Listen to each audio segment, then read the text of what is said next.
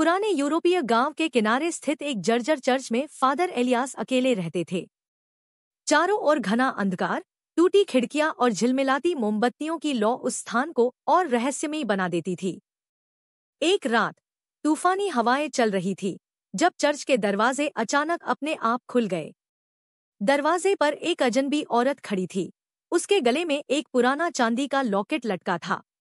औरत बोली, फादर, ये लॉकेट मेरे पिता का था, लेकिन ये अब किसी और का बन चुका है। फादर ने देखा, लॉकेट पर विचित्र चिन्ह बने थे, कुछ ऐसे प्रतीक जो केवल दानव ग्रंथों में पाए जाते हैं। उन्होंने उसे पास बुलाया, लेकिन तभी हवा में ठंडक और भय का कंपन फैल गया। मोमबत्तियां एक एक करके बुझने लगी। फादर ने क्रूस उठाया और प्रार्थना करने लगे। औरत अचानक कांपने लगी, उसकी आंखें पूरी तरह काली हो गईं। वह चिल्लाई, यह लॉकेट मेरे पिता का नहीं, दानवों के राजा अस्मोथ का है। जो इसे पहनेगा वही उसका वाहक बनेगा। चर्च की दीवारें चरमराने लगी, फर्श से धुआं उठने लगा और उसमें से एक विशाल छाया निकली।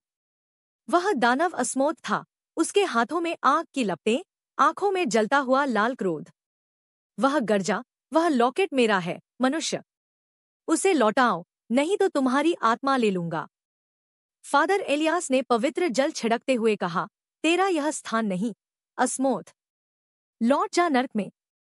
दानव हंसा, यह लॉकेट मेरे पिता की आत्मा को धारण करता है, उसे नष्ट करने वाला स्वयं नष्ट हो जाएगा। फादर ने अपने प्राणों की परवाह किए बिना लॉकेट को पकड़ लिया और प्रार्थना के उच्चतम मंत्र का उच्चारण किया। लॉकेट जल उठा और साथ ही दानव भी राख में बदल गया। लेकिन जब राख शांत हुई, वहां फादर एलियास नहीं थे, केवल लॉकेट पड़ा था, अब काला और ठंडा। गांव वाले जब सुबह चर्च पहुंचे, उन्होंने देखा वह लॉकेट अब क्रॉस के पास रखा था और कभी-कभी उससे धीमी आवाज आती थी।